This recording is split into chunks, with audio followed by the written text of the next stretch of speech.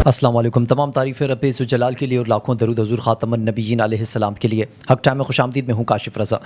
ناظرین, آج کے ولاگ میں ہم بات کریں گے تو تحریک لبیک پاکستان کے حوالے سے بہت سے لوگ یہ سمجھ رہے ہیں شاید تحریک لبیک پاکستان ختم ہو چکی ہے, تو اس حوالے سے ڈاکٹر شفیق امینی صاحب جو تحریک لبیک پاکستان خیبر پختونخوا کے امیر بھی ہیں اور مرکزی رکن شورا بھی ہیں, انہوں نے ایک پوسٹ کی. وہ کس حوالے سے کی وہ میں آپ کے سامنے رکھوں گا. اس کے علاوہ رنویر سنگھ کا تعلق کیا سندھ سے ہے, کیا وہ سندھی ہیں, یہ اس پر بھی نظر ڈالیں گے. پی ٹی آئی لیڈرشپ کا جو ہے وہ مذاکرات کی حمایت کرنے کا ایک خط وائرل ہو رہا ہے. اقوام متحدہ کی ایک رپورٹ آئی ہے پاک بھارت جنگ کے حوالے سے, جس سے پاکستان کو اس وقت عالمی دنیا میں بہت ہی زیادہ اس کی عزت میں اضافہ ہوتا اور بھارت کی رسوائی ہوتی دکھائی دے رہی ہے. کچھ اور خبریں بھی ہوں گی ناظرین. مریم نواز صاحبہ کے حوالے سے ایک بیان ان کا چل رہا ہے کہ ریاست آپ کی ماں ہے اور ریاست آپ پر خزانوں کے منہ کھول دے گی. وہ خزانے کیوں کھولنا چاہتی ہیں اس کی وجہ بھی میں آپ کے سامنے رکھوں گا. اور دوسری جانب شیخوپورہ مرید کے میں 2-3 روز قبل ایک پبلک نیوز نے ایک کلپ وائرل کیا جس میں سترہ پنجاب کی جو کچرا اٹھانے والی گاڑیاں اس میں لاشیں اٹھائی گئی تھیں وہ دیکھا گیا تھا. تو ڈیٹیل بھی آپ کے سامنے رکھیں گے. اس سے پہلے آپ سے ریکویسٹ, اگر اب تک ہمارے چینل کو آپ نے سبسکرائب نہیں کیا تو چینل سبسکرائب کر لیجئے. ویڈیو پسند آئے تو اسے لائک, شیئر اور کامنٹ سیکشن میں اپنی رائے بھی ضرور دے دیا کریں. سب سے پہلے ناظرین تحریک لبیک کی کچھ بات کر لیتے ہیں. ڈاکٹر شفیق امینی صاحب نے ایکس پر کل لکھا کہ غمزدہ فلسطینی غزہ کے بچے بچیاں اس سرد موسم میں گرم کپڑے اور کمبل ملنے پر تحریک لبیک پاکستان اور سعد حسین رضوی حافظ اللہ کا شکریہ ادا کر رہا ہے اور پاکستان میں حکومت پنجاب اور وفاق اس پرامن جماعت کو دبانے میں لگے ہوئے ہیں. ہمیں افسوس ہوتا ہے. یہ کہنا ہے ڈاکٹر شفیق امینی صاحب کا. تو جب سے یہ پوسٹ میں نے دیکھی تو مجھے یہ لگا کہ بہت سے لوگ یہ بات کریں کہ شاید تحریک لبیک پاکستان ختم ہو چکی ہے. تو میرا سوال یہ ہے کہ جس تحریک کو آپ یہاں دبانا چاہتے ہیں وہ تو بیرون ملک بھی جا کر مسلمانوں کی خدمت کرتی نظر آ رہی ہے. تو کیا یہ پاسبل ہے کہ اس تحریک کو آپ دبا سکیں, اسے ختم کر سکیں؟ مجھے تو ایسا نہیں لگتا. اور جو جوش اور جذبہ آپ ان کا ہے, کتنا ظلم یہ برداشت کر چکے ہیں, اس کے باوجود بھی سب سے بڑا جو میرا سوال ہے میں آپ کے سامنے بھی رکھوں گا ناظرین, وہ یہ ہے کہ اب تک اداروں کے خلاف کسی ایک کارکن یا کسی ایک ذمہ دار کا کوئی بیان آپ نے نہیں سنا ہوگا. اگر انہوں نے کسی کو مخاطب بھی کیا تو وقت کے حکمران پنجاب گورنمنٹ اور وفاق کو مخاطب کیا. اس کے علاوہ کسی پر آپ طنز کرتے ان کے کسی ذمہ دار کو نہیں دیکھ سکیں گے. تو اس سے پتہ چلتا ہے کہ تحریک لبیک پاکستان کتنی محب وطن جماعت ہے. تو ایسی جماعت کے بارے میں یہ کہہ دینا کہ دہشت گردی میں ملوث ہے, یہ دہشت گردی کرتے آئے ہیں, ان سے ملک کو خطرہ ہے, ملک کی سالمیت کو خطرہ ہے, تو میرے خیال سے ملک کو تو خطرہ نہیں ہو سکتا, اداروں کو بھی خطرہ نہیں ہو سکتا. ہاں, کچھ لوگ ایسے ہیں جو اپنی ذاتی انا یا پھر اپنے مالکوں کی خاطر, یعنی کہ ان کے کچھ ہوں گے بگ بردر وغیرہ, جس کی وجہ سے وہ شاید یہ پریشر ڈال رہے ہیں تحریک لبیک پاکستان پہ کہ وہ اپنے موقف سے پیچھے ہٹ جائے کسی بھی طریقے سے. لیکن تحریک لبیک پاکستان یوں لگتا ہے کہ وہ کھڑے ہوئے ہیں ابھی تک اور وہ جھکنے کا نام نہیں لے رہے.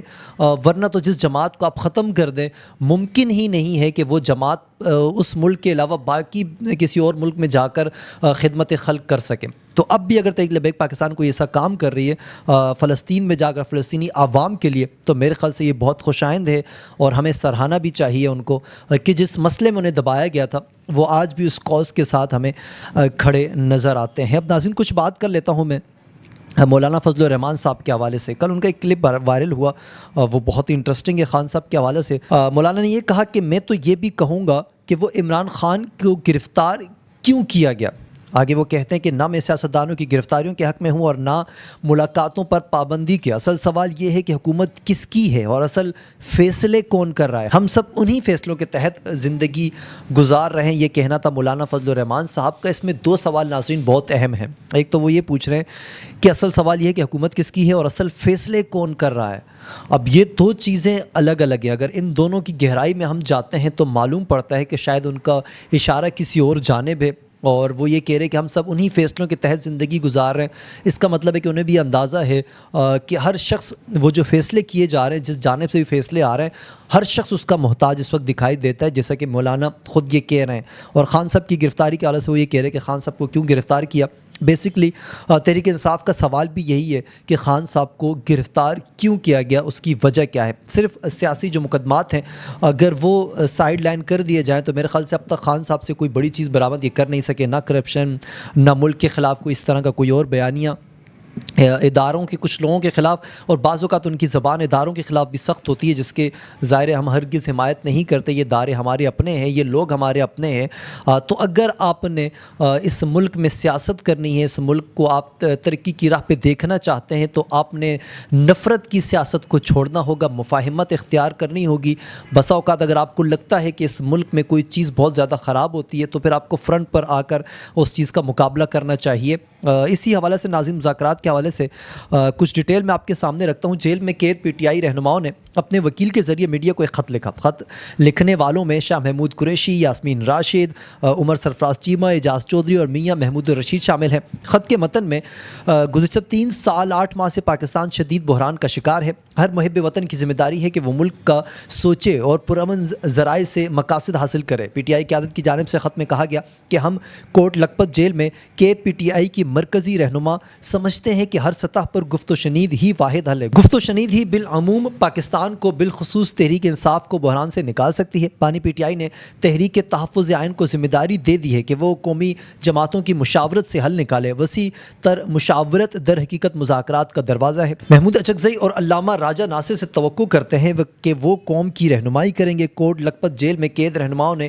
وکیل رانا مدثر کے ذریعے خط بھجوایا۔ تو یہ ایک تو بہت خوش آئند ہے تحریک انصاف کو۔ میرے خیال سے اب کم از کم انہیں یہ مذاکرات والے راستے پر آنا چاہیے، اس ٹریک پر چلنا چاہیے، مذاکرات کرنے چاہیے، کیونکہ کسی بھی معاملے کا واحد حل ہی مذاکرات ہوتا ہے۔ جب تک آپ مذاکرات کے ذریعے معاملات حل نہیں کرتے، تب تک چیزیں جو ہیں وہ خراب سے خراب تر ہوتی چلی جاتی ہیں۔ جب آپ بات چیت کی طرف آتے ہیں تو پھر آپ کے اور آپ کے مخالفین کے مسائل بھی حل ہوتے ہیں۔ ناظرین، کچھ بات مختصر سی میں مریم نواز صاحبہ کی کر لیتا ہوں۔ مریم نواز صاحبہ طلبہ سے خطاب کرتے انہوں نے کہا کہ آپ کی ماں آپ کی ریاست خزانوں کا منہ کھول دے گی، لیکن کسی ایسی تحریک کا حصہ نہیں بننا جو ملک پر حملہ کرے۔ یہ کہنا تھا مریم نواز صاحبہ کا۔ اب اس سے دوست تاثر پیدا ہو رہے ہیں۔ تحریک انصاف کے لوگ میں دیکھ رہا ہوں وہ تحریک انصاف کے بیانی کے مطابق یہ پوسٹ چلا رہے ہیں، اور ٹی ایل پی کے لوگ سمجھ رہے ہیں کہ شاید یہ ٹی ایل پی کے خلاف کی گئی بات تھی۔ تو دراصل دونوں بڑی تحریکوں کو جو پنجاب کی ہیں ان کو نشانہ بنایا گیا اس بیان میں۔ آپ نے کسی ایسی تحریک کا ساتھ نہیں دینا، ان کا حصہ نہیں بننا جو انتشار کرتے ہیں، اور بقول ان کے وہ یہ سمجھتے ہیں کہ تحریک لبیک بھی انتشاری جماعت ہے اور تحریک انصاف بھی انتشاری جماعت ہے۔ اب ان کا یہ پوائنٹ کہ ہم خزانے کے منہ کھول دیں گے، تو وہ جو خزانہ انہوں نے برسایا ہے وہ اس کا کچھ ایک پوائنٹ میری نظر سے گزرا، تو میں نے کہا میں آپ کے سامنے بھی رکھوں گا۔ شیخو پورہ مرید کے میں سترہ پنجاب کی گاڑیاں کوڑے کے بجائے لاشیں اٹھانے لگی ہیں۔ تو مریم نواز صاحبہ، یہ ہے آپ کا خزانے اور یہ ہے آپ کا سترہ پنجاب جس میں یہ سب کچھ ہو رہا ہے۔ آپ ایک لاش کی بے حرمتی کر رہے ہیں۔ آپ کے ادارے کہاں ہیں، آپ کے لوگ کہاں ہیں، اور وہ کیا کام کر رہے ہیں، اور یہ سب کچھ ہونے کے باوجود کیا لوگ آپ پر امید کریں گے کہ آپ بہتر کام کریں گی؟ دیکھیں، اس میں کوئی شک نہیں ہے کہ ہمارے چاروں صوبوں کے مقابلے میں پنجاب اس وقت بہتر طریقے سے چل رہا ہے اور کافی بہتری بھی آتی دکھائی دے رہی ہے، کام بھی وہاں ہو رہا ہے، لیکن اس قدر کام نہیں ہو رہا جس قدر وہاں پر کام ہونا چاہیے۔ جتنا فوکس وفاق کا پنجاب کی طرف ہے اتنا کسی صوبوں کی طرف نہیں ہے۔ یہ بھی ہم سب کو معلوم ہے۔ وفاق یہی چاہتا ہے کہ ڈیولپمنٹ ہو پنجاب میں، اور وہ بھی مخصوص علاقوں کی طرف ان کا رجحان ہے۔ تو اس کے باوجود بھی اگر اس طرح کی خبریں نکل کر سامنے آئیں گی تو پھر یہ بیانیہ آپ کا کہ ریاست آپ کی ماں ہے اور خزانے کے منہ ہم کھول دیں گے، اور بھائی جو کام آپ کے کرنے ہیں کہ کم از کم وہ تو ٹھیک کریں۔ اس واقعے کا کس نے نوٹس لیا اب تک کہ شیخو پورہ میں جو کچرا اٹھانے والی گاڑیاں اس میں آپ لاشیں اٹھا کے آپ کے جو لوگ ہیں وہ لے کے جا رہے ہیں؟ کیا یہ عمل آپ کو نہیں لگتا کہ حد درجے کا نچلا عمل ہے؟ اور اس کے باوجود بھی آپ یہ کہیں کہ پنجاب اس وقت سب سے زیادہ ترقی کر رہا ہے، تو پھر میرے خیال سے اس سے بہتر ترقی تو کوئی صوبہ نہیں کر سکتا، اور نہ کسی صوبے کو اس طرح کی ترقی کرنی چاہیے۔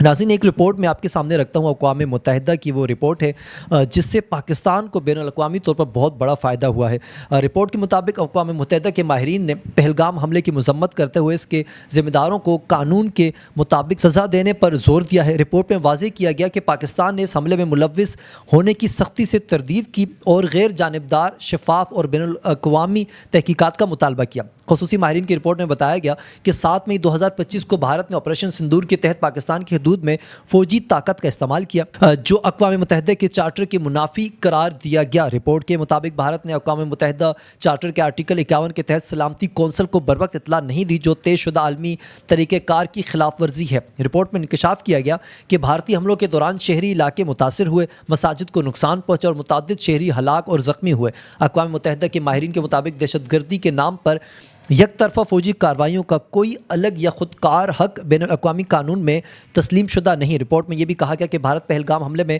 پاکستان کی ریاستی سطح پر شمولیت کی کوئی قابل اعتبار شواہد پیش کرنے میں ناکام رہا۔ ماہرین کے مطابق اگر طاقت کا استعمال غیر قانونی ہو تو یہ بنیادی انسانی حق کی زندگی کے خلاف ورزی کے زمرے میں آتا ہے۔ اقوام متحدہ کے ماہرین نے خبردار کیا کہ ایسے اقدامات خطے میں بڑے فوجی تصادم کا خطرہ پیدا کر سکتے ہیں۔ رپورٹ میں کہا گیا کہ اگر بھارتی کارروائی کو مسلحہ حملہ تصور کیا جائے تو بین الاقوامی قانون کے تحت پاکستان کو دفاع کا حق حاصل ہو سکتا ہے۔ اقوام متحدہ کی جب سے یہ رپورٹ آئی ہے ناظرین، پاکستان میں ظاہر ہے بہت ہی خوشی کی لہر دوڑ چکی ہے۔ صدر آصف علی زرداری صاحب نے اور دیگر لوگوں کی جانب سے بھی اس پر خیر مقدم کیا گیا اور اس کا اثر یہ پڑا کہ اس وقت جو بیانیہ بھارت کا تھا وہ تقریباً پٹتا دکھائی دے رہا ہے۔ بھارت کو یہ لگتا تھا کہ شاید آپریشن سندور جو ہم کرنے جا رہے ہیں یہ ہم اپنے دفاع میں کر رہے ہیں، لیکن وہ بیانیہ ان کا دفنا دیا ہے اس وقت اقوام متحدہ نے، اور جو پاکستان نے اپنا دفاع کیا، ایک تو ڈونلڈ ٹرمپ نے جگہ جگہ اس دفاع کو صحیح قرار دیا اور یہ بھی بتایا کہ 7 جہاز پاکستان نے گرائے ہیں، تو آج فائنلی اقوام متحدہ کی جو رپورٹ آئی ہے میرے خیال سے اس سے پاکستان کو بین الاقوامی سطح پر بہت زیادہ فائدہ اور مدد مل سکتی ہے پاکستان کی ساکھ کے حوالے سے۔ رنویر سنگھ کے حوالے سے ایک بار پھر خبروں میں آتے دکھائی دے رہے ہیں، لیکن اس بار وجہ ان کی فلم دھرندر نہیں ہے، بلکہ وجہ یہ ہے کہ وہ سندھ کا حصہ ہیں، ان کا تعلق سندھ سے ہے، وہ سندھی ہیں یہ کہا جا رہا ہے۔ تو اس کی کچھ ڈیٹیل میں آپ کے سامنے رکھتا ہوں کہ رنویر سنگھ کا تعلق خود ایک سندھی خاندان سے ہے۔ بھارتی میڈیا کے مطابق ان کا اصل نام رنویر سنگھ بھاونانی ہے اور ان کے والدین کا خاندان 1947 میں تقسیم ہند کے بعد کراچی سے ممبئی منتقل ہوا تھا۔ یوں اس فلم میں کراچی سے جڑی کہانی کس حد تک ان کی اپنی خاندانی تاریخ سے بھی جڑتی محسوس ہوتی ہے۔ رنویر سنگھ متعدد موقعوں پر اپنی سندھی شناخت پر فخر کا اظہار کر چکے ہیں۔ وہ نہ صرف سندھی زبان اور روایتی کھانوں سے محبت کرتے بھی دکھائی دیتے ہیں، اس کے علاوہ اپنی شادی میں بھی انہوں نے سندھی کلچر کو فروغ دینے کی کوشش کی ہے، اور اکثر اوقات جو ہے وہ یہ خبریں آتی رہتی ہیں کہ وہ فخر محسوس کرتے ہیں اپنی سندھی ثقافت کے ہونے پر، یعنی کہ ان کے آباء و اجداد کا تعلق سندھ اور کراچی سے تھا۔ یہ ان کے لیے میرے خیال سے بہت انٹرسٹنگ ہے، اور یہ جب سے دھرندر فلم آئی اس کے بعد سے دھرندر کے حوالے سے بہت سی چیزیں نکل کے آ رہی ہیں، اور یہ ڈیٹیل بھی اسی لیے وائرل کی گئی تاکہ اس کا تعلق کسی نہ کسی طریقے سے فلم دھرندر سے جڑا ہوا ہے۔ ناظرین مجھے اجازت دیجیے، کل ہوگی آپ سے ایک بار پھر ملاقات۔ اللہ حافظ، اینڈ پاکستان زندہ باد۔